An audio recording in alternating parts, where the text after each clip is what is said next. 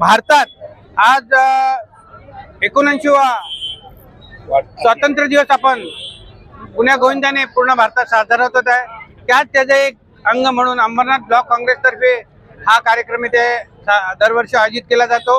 आज मोठ्या प्रमाणात आपले ब्लॉकचे पदाधिकारी, इंटकचे पदाधिकारी, संपूर्ण सेल, मागासवर्गीय, मायनॉरिटी, अल्पसंख्याक, सेवा दल, महिला वर्ग सर्व इथे गुण्यागोविंदाने आलेले आहेत आणि मोठ्या उत्साहाने आमचे वरिष्ठ माजी नगरसेवक, विरोधी पक्षनेते ॲडव्होकेट यशवंत जोशी, तसेच आमचे अंबरनाथ शहर मायनॉरिटीचे मुस्लिम समाज जमातचे अध्यक्ष सलीम चौधरी, आमचे इतर ऑर्डिनन्सचे इंटकचे पदाधिकारी आणि सगळे आजी माजी नगरसेवक यांच्या मार्फत हा कार्यक्रम झाला।